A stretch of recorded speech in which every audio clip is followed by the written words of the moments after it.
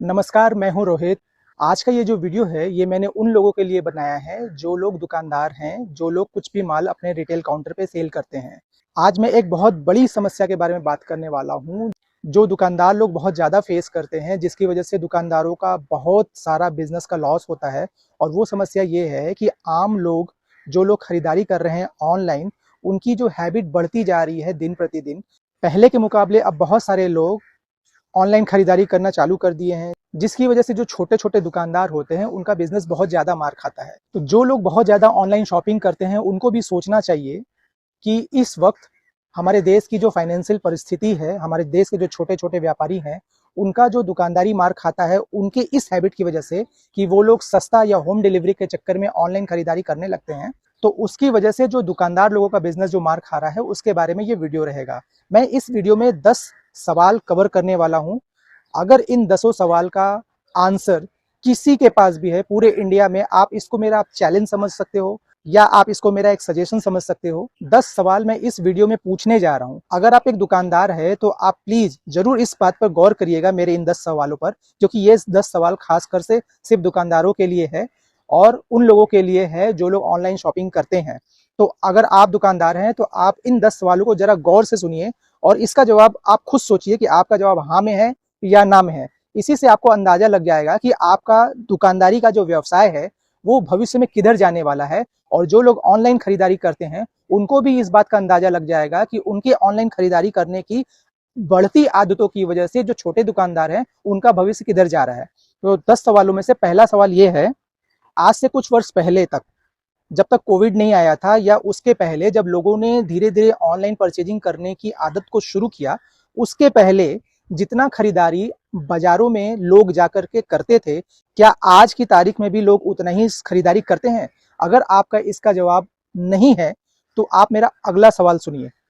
दूसरा सवाल यह है, क्या किसी भी राज्य सरकारों ने या किसी भी केंद्र सरकारों ने, जब से भारत को आजादी मिली है तब से लेकर के आज तक, कांग्रेस की सरकार रही हो या बीजेपी की सरकार रही हो या किसी भी राज्य में जिसकी भी सरकार रही हो, उन्होंने आज तक कभी भी छोटे दुकानदारों को या खुदरा व्यापार करने वालों को ऐसी कोई भी स्कीम ला करके दी है या उनको किसी भी तरीके से इस तरीके से सपोर्ट किया है जिससे खुदरा दुकानदारों का जो व्यवसाय है उसको बढ़ावा मिल सके? इसका जवाब क्या है, हाँ है या नहीं है? अगर इसका जवाब नहीं है तो आप तीसरा सवाल भी जरूर सुनिए। तीसरा सवाल यह है, जितने लोग भी आज के डेट में ऑनलाइन खरीदारी करते हैं, चाहे किसी भी वेबसाइट से वो ऑनलाइन खरीदारी करते हो, क्या उनको ऑनलाइन खरीदारी करने से रोका जा सकता है? अगर इसका जवाब आपके पास नहीं है तो भी आपको अगला सवाल यानी कि चौथा सवाल आपको जरूर जानना चाहिए। चौथा सवाल यह है, जितने भी कंज्यूमर्स हैं, ग्राहक है, वोकल फॉर लोकल जो इनिशिएटिव लिया गया है, मोदी सरकार ने भी इसके बारे में एक छोटा सा इनिशिएटिव लिया है, नाम का, काम का नहीं। वोकल फॉर लोकल का अहमियत को समझते हुए जितने भी खरीदार हैं, जितने भी ग्राहक हैं, जितने भी कंज्यूमर या कस्टमर्स हैं, इसकी महत्व को समझते हुए क्या कभी भी वो लोग अपनी आदतों में सुधार करते हुए क्या वो लोग छोटे दुकानदारों से खरीदारी करने का दृढ़ निश्चय करेंगे, या उनकी जो आदतें ऑनलाइन खरीदारी करने की बन गई है वहां से हट करके क्या वो लोग रिटेल दुकानों पर जाकर के खरीदारी करने की आदतें डालेंगे? अगर इस सवाल का जवाब भी आपके पास नहीं है तो आप मेरा अगला सवाल यानी कि पांचवा सवाल सुनिए। पांचवा सवाल भी चौथे सवाल से मिलता जुलता है। वो सवाल ये है, जितने भी कंज्यूमर्स हैं, ये उनके लिए ये सवाल है।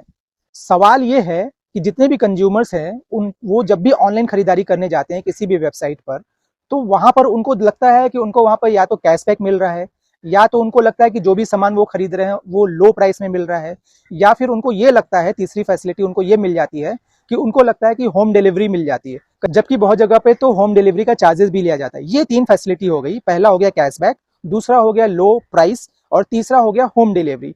ये 3 फैसिलिटी के लालच में न फंसते हुए जो हमारे देश के कंज्यूमर्स हैं, जो हमारे देश के ग्राहक हैं, वो क्या ऑनलाइन खरीदारी करना छोड़ेंगे? इस सवाल का जवाब, अगर आप दुकानदार हैं या अगर आप एक कस्टमर, दोनों में से कोई भी हैं, अगर आपका जवाब नहीं है तो आप मेरा अगला सवाल भी सुनिए, जो है छठवां सवाल।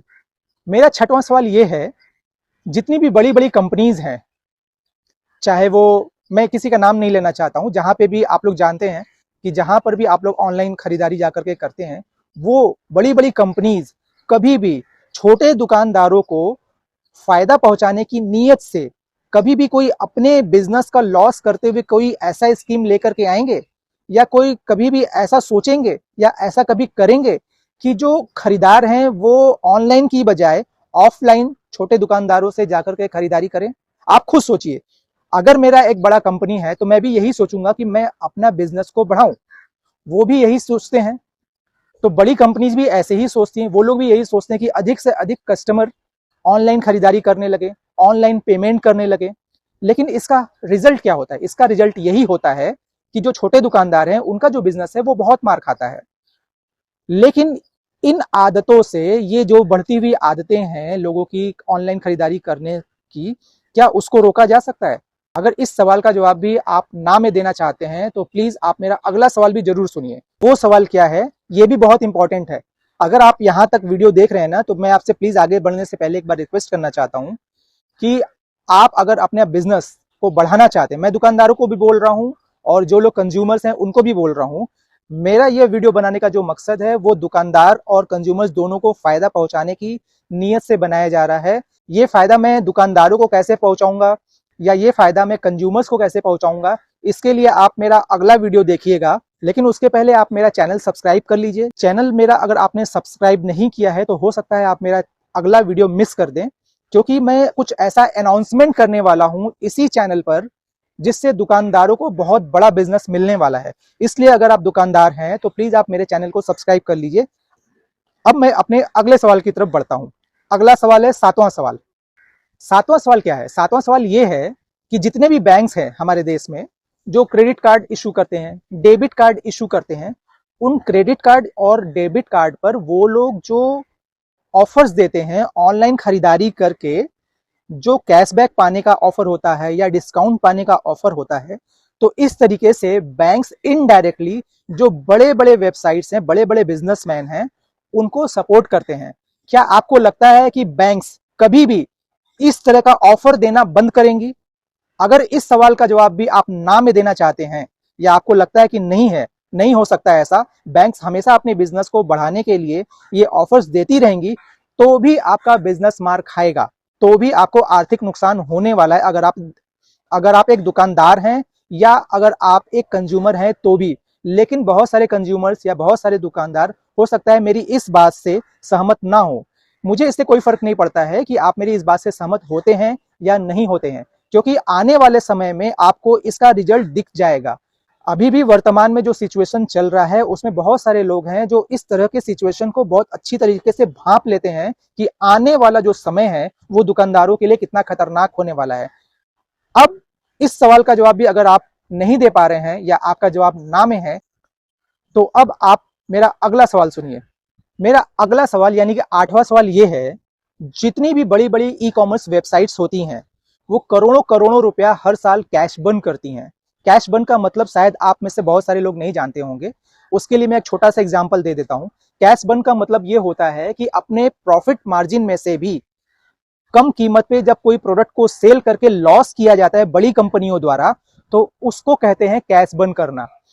उस तरह का कैश बर्न हर साल ये बड़ी बड़ी ई कॉमर्स कंपनियां करोड़ों रुपए का करती हैं। इसका मोटिव सिर्फ इतना होता है कि उनके पास, यानी कि बड़ी ई कॉमर्स कंपनीज के पास जो खरीदार हैं, जो कस्टमर हैं, जो कंज्यूमर है, वो जाकर के ऑनलाइन परचेजिंग करे, ताकि इसकी आदत कंज्यूमर्स को लग सके और वो रिटेल दुकानदारों से दूर होते चले जाएं।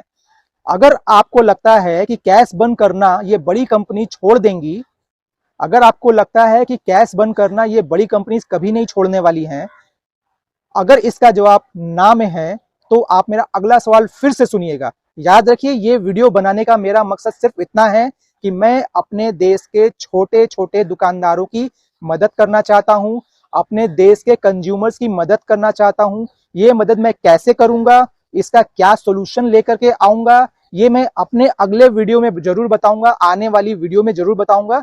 उसके पहले आप मेरा चैनल एक बार फिर से कह रहा हूं सब्सक्राइब कर लीजिएगा। अगर इस सवाल का जवाब भी आपके पास ना में था, यानी कि जो 9वां सवाल है, उस सवाल को फिर से सुनिए। मेरा 9वां सवाल ये है, जितने भी देश में छोटे छोटे दुकानदार हैं, क्या वो सब मिल करके कभी भी बड़ी कंपनी यानी ई कॉमर्स वेबसाइट्स की तरह कैशबैक दे सकती हैं? लो प्राइस में क्या कंज्यूमर्स को वो प्रोडक्ट्स प्रोवाइड कर सकते हैं? लो प्राइस का मतलब यहां पर यह हुआ डिस्ट्रीब्यूटर प्राइस से भी कम, मतलब जिस प्राइस पर एक दुकानदार खरीदारी करता है माल बेचने के लिए, उससे भी कम में क्या दुकानदार सब मिलकर के बेच सकते हैं? और उसके ऊपर भी क्या छोटे छोटे दुकानदार अपने कस्टमर्स को कैशबैक दे सकते हैं? अगर इस सवाल का जवाब भी आप ना में देते हैं ना, तो प्लीज आप मेरा अगला क्वेश्चन भी जरूर सुनिए। अगला क्वेश्चन भी इस तरीके का है जिसको बहुत सारे लोग समझ नहीं पाते हैं। वो सवाल क्या है? मेरा आखिरी और 10वां सवाल यह है कि जो बड़ी बड़ी ई कॉमर्स वेबसाइट्स होती हैं, वो करोड़ों रुपए का माल एक साथ बल्क में खरीदती हैं, जिससे होता यह है कि जो डिस्ट्रीब्यूटर होते हैं उनका जो सेलिंग प्राइस होता है उससे भी कम कीमत पे ये लोग बल्क में ऑर्डर में उठा लेते हैं प्रोडक्ट, जिसकी वजह से इनकी जो कॉस्टिंग होती है ये और भी कम हो जाती है। मैन्युफैक्चरर्स को भी फायदा होता है। मैन्युफैक्चरर्स को फायदा ये होता है कि उनका जो माल है वो लॉट में, बड़े बड़े लॉट में एक बार में निकल जाता है, जिसकी वजह से मैन्युफैक्चरर्स या डिस्ट्रीब्यूटर्स इन ई कॉमर्स वेबसाइट्स को बहुत कम कीमत पर प्रोडक्ट डिलीवर कर देते हैं या दे देते हैं, बेच देते हैं। उस कीमत पर दुकानदारों को नहीं बेचा जाता है। अगर दुकानदार उस कीमत पे खरीदना भी चाहे तो भी वो इच्छा करके भी नहीं खरीद सकते हैं, क्योंकि उतना बल्क ऑर्डर में ये जो छोटे दुकानदार होते हैं ये उतना पैसा नहीं रखते हैं कि उतना बड़ा बल्क ऑर्डर देकर के परचेजिंग कर सके। ये मेरे 10 सवाल थे। अगर इन 10 सवालों का जवाब आपका एक साथ ना में है, अगर इन 10 सवाल का जवाब आपका ना में है, तब आप समझ लीजिए कि आपका भविष्य क्या होने वाला है। आपके पास ऐसा कोई सॉल्यूशन है क्या जिससे आप अपनी दुकानदारी को बढ़ा सकते हैं इन 10 सवालों को ओवरराइट करके, या यूं कह लिए कि इन 10 सवालों का सॉल्यूशन ला करके? क्या आपके पास कोई ऐसा जुगाड़ है, कोई ऐसा सॉल्यूशन है, कोई ऐसा तरीका है जिससे आप अपनी बिक्री को बहुत हद तक बढ़ा सकते हैं? अगर होगा भी तो बहुत लिमिटेड होगा, कुछ एरिया तक में लिमिटेड होगा, या कुछ प्राइस तक में लिमिटेड होगा, या कुछ कंज्यूमर्स के नीड तक में लिमिटेड होगा। लेकिन आपके पास जो भी सॉल्यूशंस होगा, मैं गारंटी दे सकता हूं कि आपके पास मास पब्लिक के लिए सॉल्यूशन नहीं है। वो सॉल्यूशन मेरे पास है। मैंने एक बिजनेस मॉडल का ब्लूप्रिंट तैयार किया है। उस ब्लूप्रिंट के जरिए उस बिजनेस मॉडल को लॉन्च करके मैं भविष्य में इस तरह की तकनीक लेकर के आ रहा हूं, जिससे छोटे दुकानदारों की जो बिजनेस है उसको बहुत हद तक बढ़ाया जा सकता है। अगर आप दुकानदार हैं तो प्लीज आप मेरा YouTube चैनल, मेरा टेलीग्राम का चैनल और मेरा व्हाट्सएप का चैनल, ये तीनों चैनल है जिसको आप चाहो तो सब्सक्राइब कर सकते हो। और इसी वीडियो के डिस्क्रिप्शन बॉक्स में आपको इसका लिंक भी मिल जाएगा और एक गूगल का फॉर्म भी मिल जाएगा। अगर आप दुकानदार हैं तो भी आप उस गूगल के फॉर्म को भरिए। अगर आप एक कंज्यूमर हैं तब भी आप एक दूसरा फॉर्म है गूगल का, उसको आप भरिए। आप दोनों के लिए मैं ऐसे ऐसे अनाउंसमेंट करने वाला हूं जो आपको भविष्य में बहुत ज्यादा बेनिफिट देने वाले हैं। धन्यवाद।